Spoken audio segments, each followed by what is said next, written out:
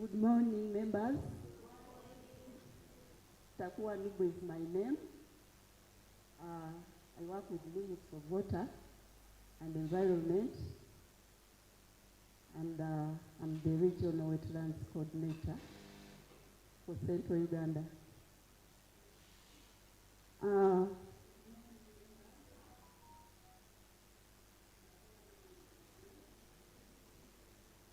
Okay, it's okay. With me, I have a team from Sweden.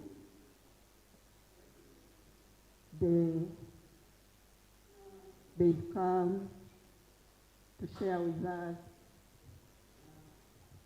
experiences in water management and the challenges and experiences. But before I go further, I will request them to introduce themselves. And I think already the officers from the President's office have already introduced themselves, but maybe I'll request once again to introduce themselves again so that we can get familiar to each other very well. Thank you.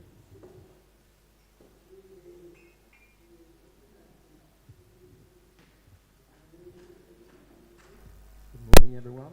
My name is Jan Snæsson, and I'm the CEO for Saxo Wetland Equipment. Thank you for inviting us here. It's very nice to be here in Uganda. Hello, my name is David Arnoldson. I'm responsible for international business development for Truckster. My name is Rudolf Kans, and I'm from the Netherlands, and I'm supporting Truckster with background about applications. Thank you so much. I will request you to introduce again. I am Hani Enos, medical doctor in President's office. Thank you so much for the introduction.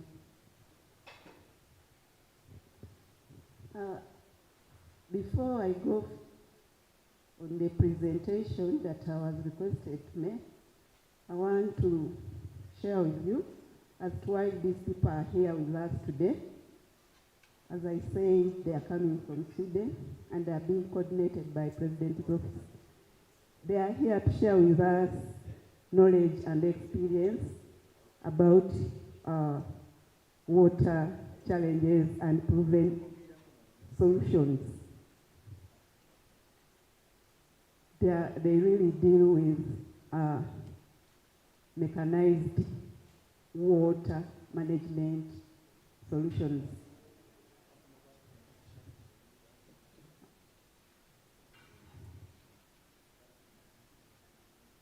They also want to discuss the approaches on how this type of water challenges can be turned into resource harvesting from these water bodies. Not only that, but they also want to know the challenges that we are facing as Uganda in water management. On Monday,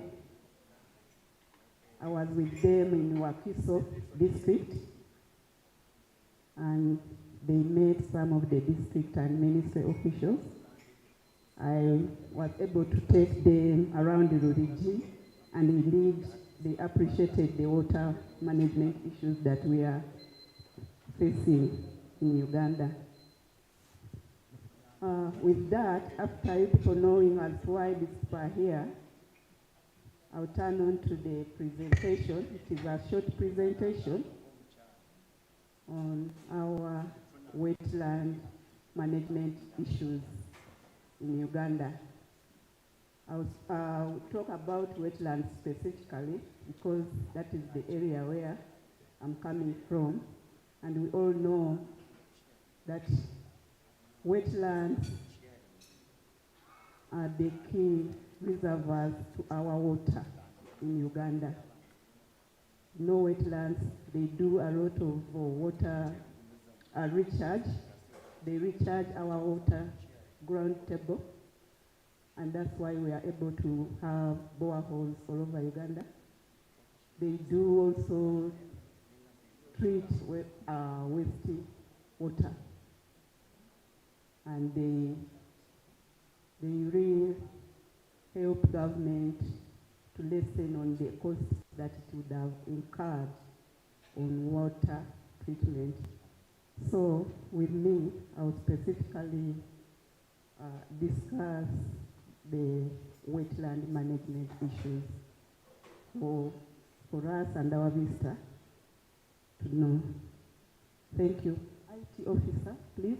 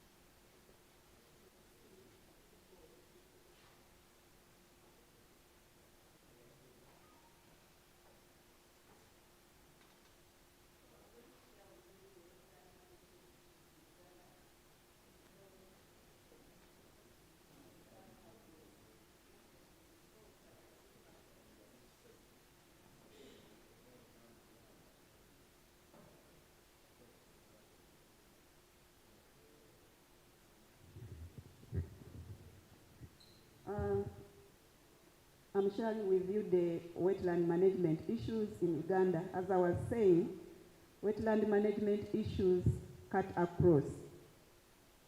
The issues that you find in Masaka are the issues that you find in Kampala, are the issues that you find in Gulu.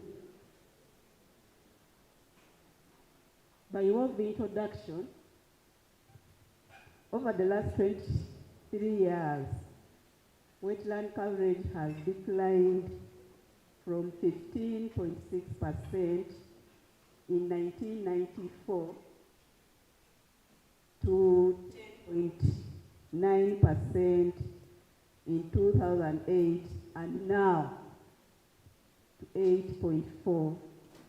That was by 2016, indicating a loss of 44%. Overall, every region in Uganda has degraded wetlands, but with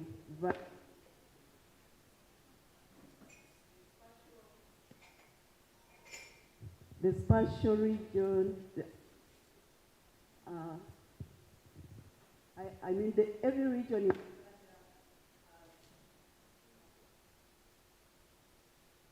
every region in Uganda has degraded wetlands, but with varying extent. The spatial analysis conducted in 2015 indicated that the most degraded wetlands were found in eastern Uganda, followed by central Uganda, followed by northern Uganda, and the region that tried to conserve its wetlands, although they have few wetlands, that was western Uganda. In central Uganda, Nakaseke district had the biggest coverage of intact wetlands with 798 square kilometers, while Luel had the biggest coverage of degraded wetlands. I'll go straight to the drivers of wetland degradation in Uganda. A driver is any factor that causes a change in the aspect of an ecosystem. The drivers of wetland degradation are categorized as physical, structural, extraction, introduction, institution, and demographic. Under physical and structural drivers of wetland degradation, we have construction of electricity and valley dams. In this category of degradation, we find that the riverine wetlands are more prone to construction of hydroelectric power projects, e.g. the ongoing construction of Karuma Dam, which leads to siltation, sedimentation, and loss of aquatic life in the reservoir.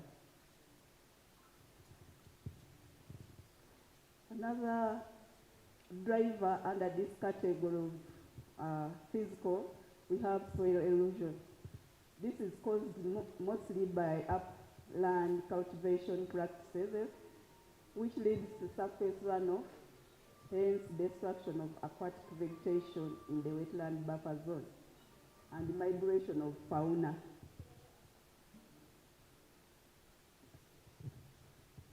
Still under physical drivers, we have burning of wetland vegetation.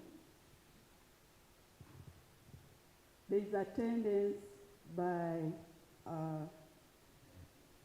the grazers to burn wetland vegetation in a bid to get fresh pasture for their animals. In the process, this affects the biodiversity of the wetland, that is the flora and the fauna. Still under physical drivers, we have infrastructure development. The structural developments that are detrimental to wetlands include construction of road highways, rail lines, buildings, and factories. These mega projects constructed in wetlands limit their functional ability to filter and store water. Examples of such projects include the Kampala Express Highway, the Northern Bypass Highway, and the National Sewerage Corporation treatment plants, among others. Then we have another category of drivers, which is extraction drivers. Under extraction, we have sand and clay mining. Mining activities in wetlands are responsible for improper functioning of wetlands. They affect the quality of water and also the biodiversity. Then still under extraction drivers, we have water extraction from wetlands. If water is extracted excessively from wetlands, it affects the hydrological regime. For example, the, water extraction in industries and road construction plus these mega irrigation schemes. This affects the ecology of the wetland. Then we also have wood, papyrus, and grass harvesting. If this is also overdone, harvesting of these wetland resources, if it is overdone, then it also affects our wetlands. In Uganda here, we do a lot of harvesting of papyrus, of for raw materials for art and craft. Then they do a lot of timber harvesting and such grass for construction of our small houses, the huts in the villages. So they overdo it. Then we have another category of drivers of wetland gradation, which is introduction of species and pollutants. Number one is the pollutants. In Uganda, most wastes that are disposed into wetlands are untreated, leading to pollution. Although wetlands have the capacity to transform and remove these pollutants, excessive dumping of waste in wetlands affects their ecological functioning. Then there is another issue of establishment. It is becoming serious, establishment of washing bays in wetlands. This leaves wetlands with oils and soap, which affects the biodiversity and the quality of water. Then we have the issue of invasion of non-native wetlands, weeds. Invasive water weeds have altered wetland water flow, food webs, and keynote fauna in wetlands. For example, the water hyacinth, which is recognized as the world's worst invasive weed. Most of you who have crossed the Nile, you've seen this problem. Some years back, it was a serious problem. And I think some of the machines that resemble the machines for tractor were brought, but maybe with not that high technology, and they are the ones that have been removing that water hyacinth. You know, when these ones invade the water bodies, they cause eutrophication of the lake or river or wetland. And in the process, these faunas will not get oxygen and they'll end up dying.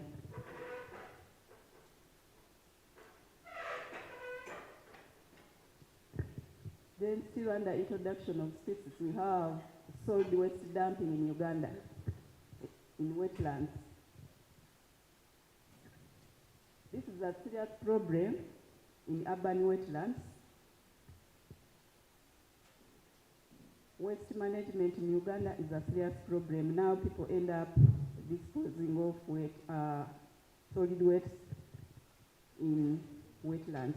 We've been seeing this going on social media, and some people of recent were taken to courts of law. They just bring solid waste and they dump in the wetlands. So this affects the fauna in the water bodies, like the fish breeding places.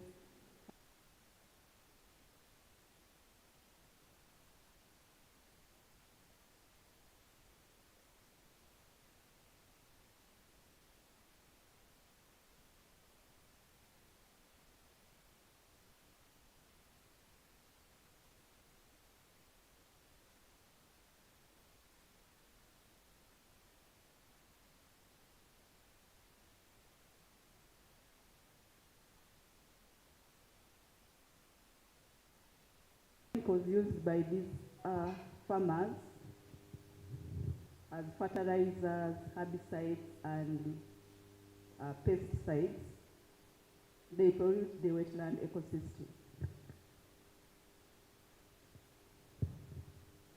Then we have the institutional drivers.